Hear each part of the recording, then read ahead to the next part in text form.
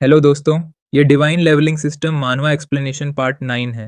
अगर अभी तक आपने पिछले पार्ट्स को नहीं देखा है तो अभी वीडियो के कॉर्नर में आई बटन आ रहा होगा, वहां क्लिक करें, जिससे आप हमारे चैनल के डिवाइन लेवलिंग सिस्टम प्लेलिस्ट में पहुंच जाएंगे। पिछले पार्ट में हमने देखा कि हाउलिंग शू से कहती है कि अब केवल वे दोनों ही बचे हैं, इसलिए अब उसके ट्रेनिंग का समय आ गया है। प्रोटैगोनिस्ट ने मजाक करते हुए कहा कि इतनी रात को कौन सी ट्रेनिंग होती है।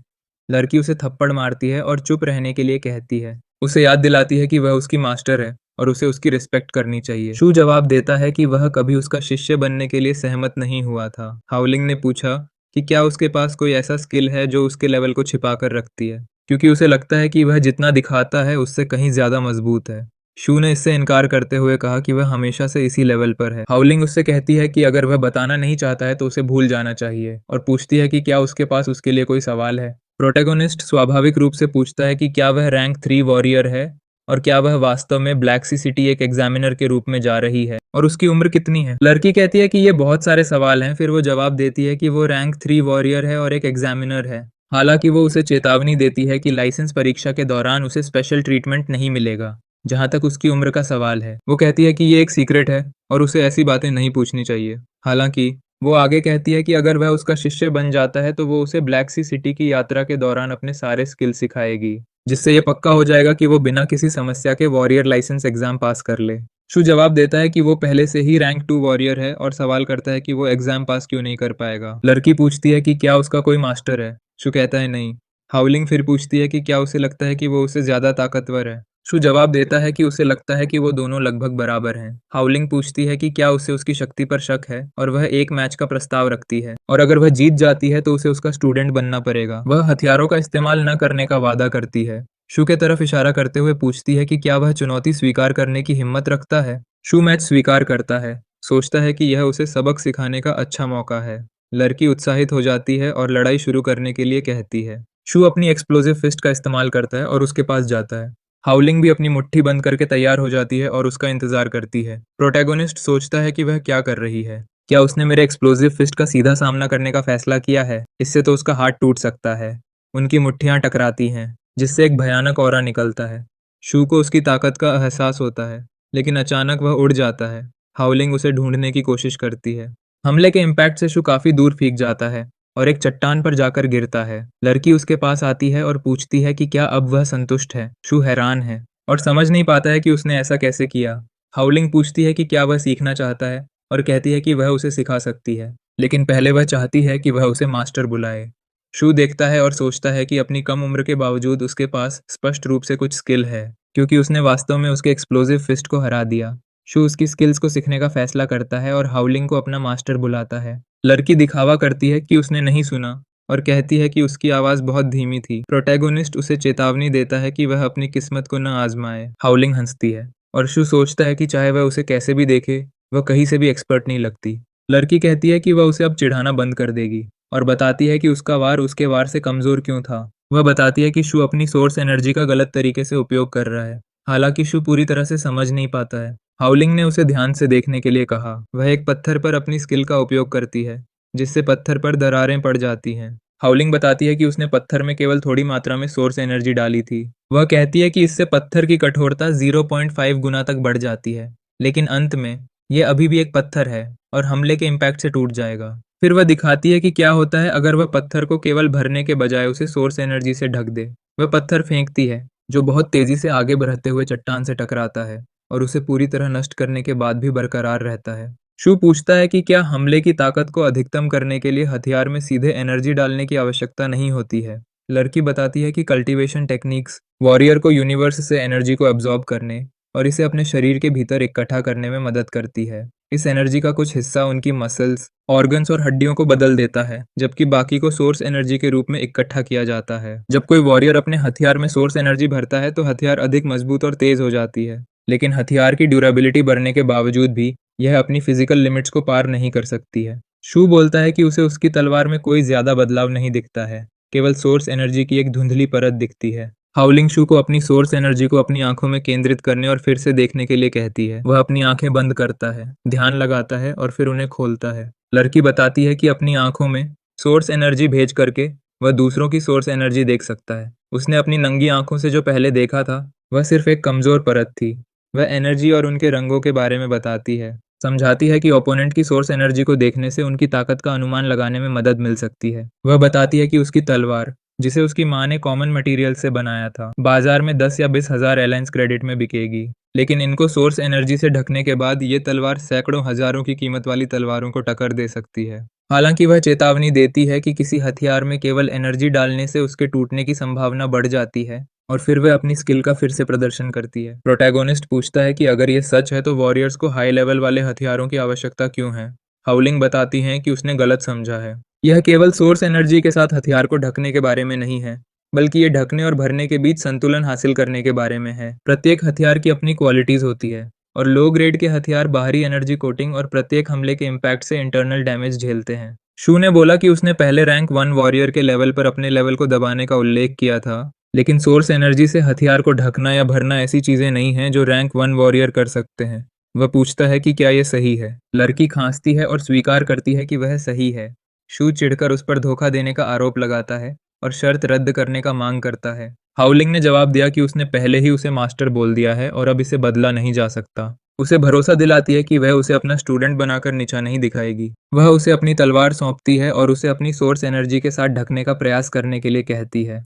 प्रोटैगोनिस्ट तलवार लेता है और उसकी जांच करता है, फिर उसे अपनी सोर्स एनर्जी से ढकने का प्रयास करता है, भारी सांस लेते हुए। वह कहता है कि वह हथियार के केवल एक छोटे से हिस्से को ही ढक पाया और वह इतने में ही थक गया है। उसने कभी नहीं सोचा था कि सोर्स एनर्जी के साथ एक हथियार को ढकना इतना मुश्किल होगा। लड़की उसे बताती है कि वह इतनी आसानी से इसमें महारत हासिल नहीं कर पाएगा, क्योंकि रैंक 3 वॉरियर्स को भी हथियार को सोर्स एनर्जी से पूरी तरह से ढकने में मुश्किल होती है। हालांकि वह खुद में सोचती है कि शू ने अपने पहले ही प्रयास में तलवार के 5वें हिस्से को कवर कर दिया। उसे एक जीनियस मानती है। शू सोचता है कि अगर रैंक 3 वॉरियर को भी ये मुश्किल लगता है तो इसमें कोई आश्चर्य की बात नहीं है कि बाएं टांग ने तलवार के साथ उससे लड़ते समय इस स्किल का इस्तेमाल नहीं किया। शू कोशिश करते रहने और तकनीक में महारत हासिल करने का वादा करता है। जिसके बाद हम एक बिल्डिंग देखते हैं जिसके अंदर शू सोया है और हाउलिंग उसके ऊपर बैठी हुई है। वो कंफ्यूजन में अपनी आंखें खोलता है। उसे जागते हुए देखकर हाउलिंग चौंक जाती है। शू दूर हटता है और पूछता है कि वह क्या करने की कोशिश कर रही है। क्या वह उसे जगाने की कोशिश कर रही थी? लड़की बोलती है कि उसने देखा कि उसके कपड़े अपने आप ठीक हो गए हैं, इसलिए वो उनकी जांच कर रही थी और उसने पाया कि शू ने अपने कपड़ों के नीचे ट्रेनिंग वेट्स पहना हुआ है। वह उसके मेहनत की प्रशंसा करती है, कहती है कि वजन के साथ भी उसने अच्छा प्रदर्शन किया। वह बोलती है कि आज का उसका ट्रेनिंग अब शुरू होगा। कहती है क्योंकि वह ट्रेनिंग वेट्स का उपयोग कर रहा है, इसलिए यह तरीका एकदम सही होगा। उसे उस पहाड़ी की चोटी पर सूरज ढलने से पहले पहुंचना होगा। शू विरोध करता है और बताता है कि मैप में ये पहाड़ी यहाँ से 100 किलोमीटर से अधिक दूर है और रास्ता अनेक चट्टानों से भरा है। पूछता है कि क्या वह उसे खत्म करने की कोशिश कर रही है। हाउलिंग जवाब देती है कि वह उसे अकेले नहीं दौड़ाएगी, वह उसके साथ रहेगी। शू सवाल करता है कि यह कैसे उचित है क्योंकि उसने ट्रेनिंग वेट्स पहना हुआ है। तभी वह अपने पीछे देखता है। पक्षियों का एक बड़ा झुंड उसकी ओर आ रहा होता है। शू कहता है कि वे कल की तरह ही हैं। वह अपनी तलवार पकड़ता है और अपनी सोर्स एनर्जी का उपयोग करके उन पर हमला करना शुरू कर देता है। लड़की उसे चेतावनी देती है कि वह रुके ना और दौड़ते हुए पक्षियों से निपटे। पक्षी लगातार पास आते रहते हैं और वह उसे बताती है कि अगले 6 माइल्स तक उसे दौड़ते हुए उनसे निपटना होगा। पक्षी शू की ओर बढ़ते हैं, लेकिन वह उन्हें आधे में काट देता है। हाउलिंग समझाती है कि यह उसकी स्पीड, एक्यूरेसी और रिएक्शन का टेस्ट है और उसे पक्षियों पर उस जगह हमला करना है जहां हेट्रोक्रिस्टल मौजूद हैं और उन्हें निकालना है। शू सवाल करता है कि क्या उसे वास्तव में दौड़ते हुए पक्षियों के हेट्रोक्रिस्टल वाले हिस्से पर मारना है और उसे निकालना है। कहता है कि यह असंभव है। लड़की शू को उसे देखने के लिए कहती है। शू उसे सावधान रहने के लिए कहता है। लड़की बिना किसी परेशानी के कई पक्षियों को खत्म कर देती है और उनके क्रिस्टल्स हासिल कर लेती हैं और पूछते हैं कि किसने कहा कि यह असंभव है। वह बताती है कि जब तक स्पीड, एक्यूरेसी और रिएक्शन अच्छे हैं तब तक यह करना बहुत आसान है।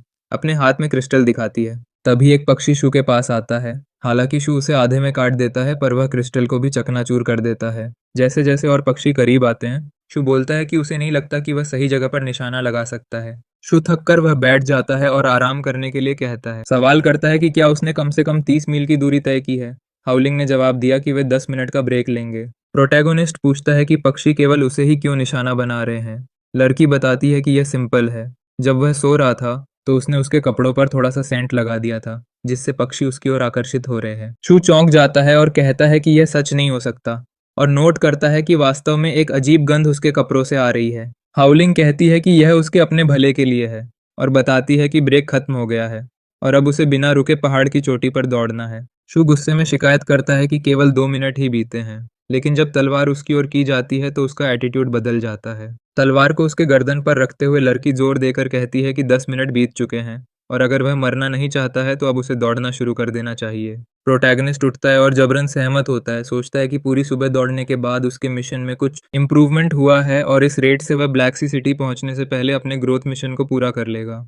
वह पक्षियों को फिर से पास आते हुए देखता है और सोचता है कि भले ही लड़की के तरीके मुश्किल है, लेकिन वे काफ़ी इफ़ेक्टिव हैं। वह पक्षियों पर हमला करना शुरू करता है और उनके क्रिस्टल इकट्ठा करता है।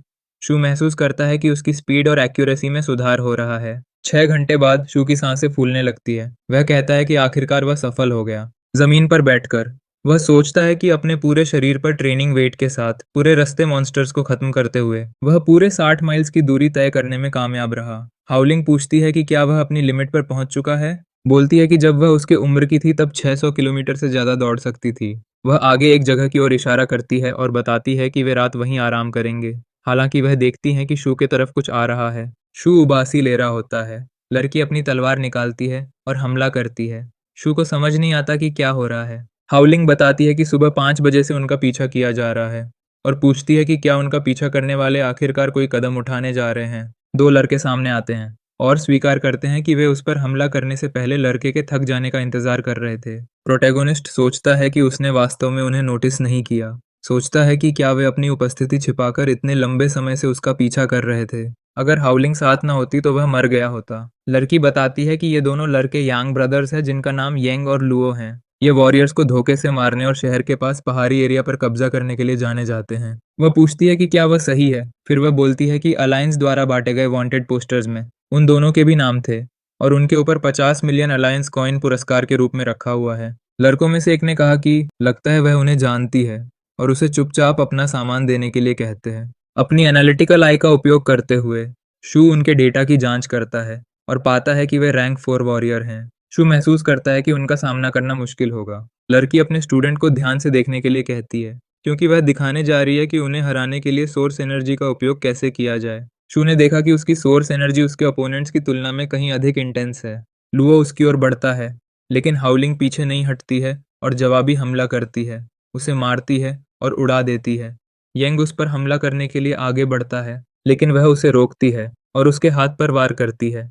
फिर पूछती है कि क्या उसके पास बस इतना ही ताकत है। लुओ अपने भाई को पुकारता है और सुझाव देता है कि वे अपने कंबाइंड स्किल का उपयोग करें। दोनों एक साथ भागते हुए कहते हैं कि जब वे कंबाइंड हमला करते हैं तो उनकी शक्ति रैंक 5 वॉरियर के बराबर हो जाती है। लुओ हवा में उछलता है जबकि यंग अपना हथियार उसके पास फेंकता है। साथ मिलकर वे अपने कंबाइंड स्किल का उपयोग करते हैं जिससे एक अत्यंत शक्तिशाली ऑरा निकलती है। ऊपर से लुओ ने उनकी दिशा में कई हथियारों से हमला किया। शू ने यह देखा और कहा कि यह उनका कंबाइंड स्किल होना चाहिए। ये एक ऐसा शक्तिशाली स्किल है जिसके लिए एक से अधिक लोगों की आवश्यकता होती है और इस स्किल की प्रभावशाली शक्ति की प्रशंसा करता है। हाउलिंग हमले को चीप पार्टी ट्रिक कहती है। वह खुद का बचाव करने के लिए एक बबल शील्ड बनाती है। शू उसकी एजिलिटी और स्ट्रेंथ से प्रभावित है। सोचता है कि क्या उसने जो अफवाहें सुनी थीं वे सच थीं कि कुछ हाई रैंक वॉरियर एक लेवल तक पहुंचने के बाद अपने शरीर को कंडेंस कर सकते हैं जिससे वे जवान दिखाई देते हैं। वह सोचता है कि क्या मास्टर वास्तव में एक बूढ़ी औरत हो सकती है। यंग भ्रमित होकर पूछता है कि क्या हो रहा है और लुओ कहता है कि ब्लैक सी सिटी जाने वाली यह सड़क लाइसेंस एग्जाम देने वाले बच्चों से भरी नहीं होनी चाहिए थी। हाउलिंग ने कहा कि अब उसकी बारी है। वह हमला करने के लिए दौड़ती है। दोनों लड़के खुद का बचाव करने के लिए तैयार होते हैं, लेकिन हाउलिंग सोर्स एनर्जी का उपयोग करके उन्हें अपनी तलवार से मारती है जिससे वे अधमरे हो जाते हैं। प्रोटैगनिस्ट हैरान है और सवाल करता है कि क्या यह रैंक 6 वॉरियर की ताकत है जो 2 रैंक 4 वॉरियर को आसानी से हरा दिया। शू दोनों गिरे हुए लोगों के पास जाकर देखता है कि वे अभी भी जीवित हैं और सोचता है कि अगर वह उन्हें अभी खत्म कर दे तो उसे एक्सपीरियंस पॉइंट्स मिल सकता है। वह अपनी तलवार लेकर आगे बढ़ता है और उन्हें खत्म कर देता है।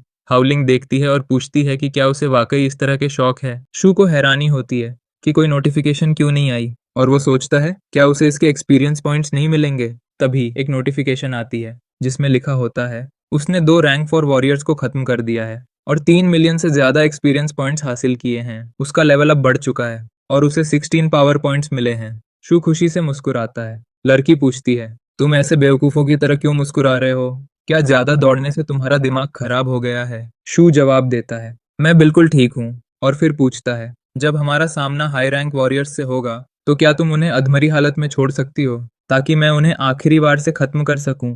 हाउलिंग हंसते हुए कहती है ये सब तो सिर्फ तुम्हारे सपनों में हो सकता है। अगर तुम्हें बैटल एक्सपीरियंस चाहिए तो तुम्हें खुद ही उन्हें हराना होगा। ये प्योर लक था कि हमें ये 2 वांटेड क्रिमिनल्स मिल गए और मुझे थोड़ा बहुत पॉकेट मनी कमाने का मौका मिल गया। फिर वो बोलती है, तुम कितने बेशर्म हो जो इतनी छोटी सी अमाउंट के लिए भी कम्पीट कर रहे हो। शू मन ही मन सोचता है, हाँ मैं इनाम तो चाहता हूँ, लेकिन मेरे लिए एक्सपीरियंस पॉइंट्स कहीं ज़्यादा इंपॉर्टेंट हैं। तभी सिस्टम एक बग डिटेक्ट करता है और एक नई नोटिफिकेशन भेजता है। शू उस मैसेज को समझ नहीं पाता। सिस्टम समझाता है, क्योंकि तुमने हाई लेवल वॉरियर्स को सिर्फ 40% से कम डैमेज दिया है, इसलिए तुम्हारे एक्सपीरियंस पॉइंट्स में 10% की कटौती होगी। शू गुस्से में कहता है, ये मेरी गलती नहीं है। एक और नोटिफिकेशन आती है जिसमें बताया जाता है कि क्योंकि उसने सिस्टम में बग खोजा है, उसे प्राइज जीतने के 3 मौके मिलते हैं। राहत की सांस लेते हुए वो कहता है, सिस्टम पूरी तरह बेकार भी नहीं है। लड़की उसके चेहरे को छूती है और पूछती है, क्या तुम वाकई ठीक हो? वो हंसता है और उसे भरोसा दिलाता है कि वो ठीक है। हाउलिंग कहती है, हमें दौड़ना जारी रखना होगा क्योंकि हमारा लक्ष्य कल दोपहर तक ब्लैक सी सिटी पहुंचना है। शू बिल्कुल भी खुश नहीं होता है और पूछता है, क्या मुझे और भी दौड़ना होगा? जिसके बाद वे आग पर मांस भूनते हैं। शू पूछता है, तुम ऐसे क्यों खा रही हो जैसे तुमने पहले कभी ऐसा मांस चखा ही ना हो? आराम से खाओ, कोई तुम्हारा खाना चुराने वाला नहीं है। लड़की जवाब देती है, तुम्हें अपने मास्टर से इस तरह बात नहीं करनी चाहिए। और फिर कहती है, अगर तुम्हारे पास बात करने की इतनी एनर्जी है तो इसका मतलब है कि तुम्हारा ट्रेनिंग उतना इंटेंस नहीं था।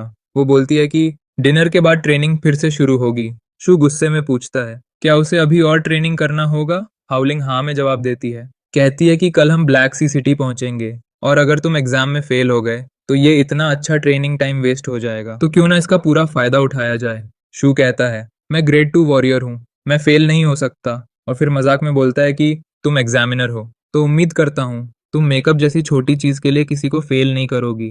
हाउलिंग जवाब देती है, इतना मत सोचो, मुझे ऐसी चीजों में कोई इंटरेस्ट नहीं है। अब खाना बंद करो और ट्रेनिंग शुरू करो। ट्रेनिंग सोर्स एनर्जी को कंट्रोल करने पर फोकस्ड है। वो कहती है, मेरी तलवार को सोर्स एनर्जी से ढकने की कोशिश करो। शू कोशिश करता है, वो देखती है और कहती है, नॉट बैड, अब अपने शरीर को सोर्स एनर्जी से ढंको। वो फिर देखती है और शू की तारीफ करती है। फिर कहती है, अब मैं टेस्ट करूंगी, तैयार रहो। वो उसे जोर से मुक्का मारती है। शू सीधा पेड़ से टकराता है और एक छोटा सा ब्लास्ट होता है। शू चौंक कर पूछता है, तुमने मुझे अचानक क्यों मारा?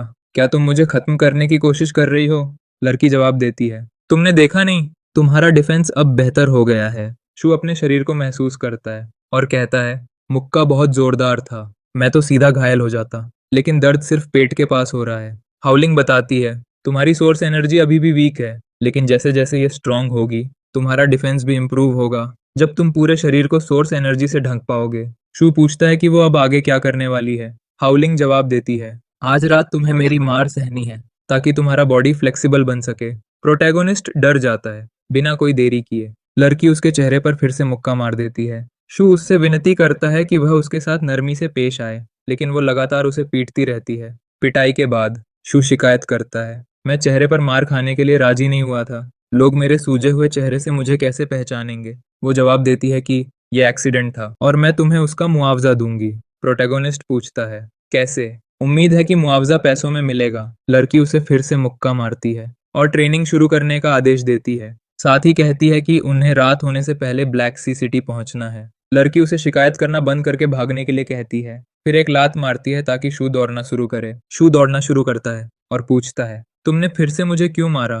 क्या तुम्हें लात मारने की आदत है? हाउलिंग जवाब देती है, तेजी से भागो, अगर मैं तुम्हें पकड़ लूंगी तो और ज्यादा मारूंगी। एक दूसरी जगह पे एक बूढ़ा आदमी कुर्सी पर बैठा है। वह कहता है, मुंबई टांग बहुत चतुर था, लेकिन अपनी लापरवाही के कारण एक हाई स्कूल के लड़के से हार गया। एक दूसरा आदमी कहता है, वो लड़का अकेले ऐसा नहीं कर सकता था, जरूर कोई उसकी मदद कर रहा है, शायद कोई फेडरल आर्मी से है और उसके पास स्टार मेडल भी हो सकता है। बूढ़ा आदमी बोलता है, जिस लड़के को कभी कमजोर समझा जाता था उसने इतनी तेजी से इम्प्रूवमेंट किया और अब वो रैंक 2 वॉरियर बन चुका है और उसने स्टार मेडल भी जीत लिया है। ये कोई मामूली बात नहीं है। टांग परिवार अब और नुकसान नहीं सह सकता। वो आगे कहता है, वो लड़का ब्लैक सी सिटी वॉरियर लाइसेंस के लिए जा रहा है और मैंने पहले ही कुछ पहचान के लोगों को उसे वहीं खत्म कर देने के लिए कहा है। इधर ब्लैक सी सिटी में शू और हाउलिंग एक ट्रेजर शॉप पर पहुंचते हैं। हाउलिंग उसे एक बार अंदर चलकर देखने के लिए बोलती है, लेकिन शू कहता है, पब्लिक में मुझे स्टूडेंट मत बुलाओ। लड़की उसे टीज करते हुए बार बार स्टूडेंट कहती है। शू चिढ़कर कहता है, चुप रहो। वे अंदर जाते हैं। अटेंडेंट उनका स्वागत करती है। वह बताती है यहाँ स्किल कार्ड्स, हेट्रो क्रिस्टल्स, हथियार और कॉम्बैट सूट्स मिलते हैं। आप क्या ढूंढ रहे हैं? तो इस वीडियो में इतना ही। अगर आपको वीडियो पसंद आया हो तो वीडियो को लाइक और इस चैनल को सब्सक्राइब करें। और हाँ, बेल आइकन दबाना ना भूलें ताकि इस वीडियो का अगला पार्ट आपसे मिस ना हो जाए। और आपको इस वीडियो में क्या अच्छा लगा नीचे कमेंट में बताएं। आपकी राय जानकर खुशी होगी। Thank you for watching till the end. मिलते हैं इस वीडियो के अगले पार्ट में।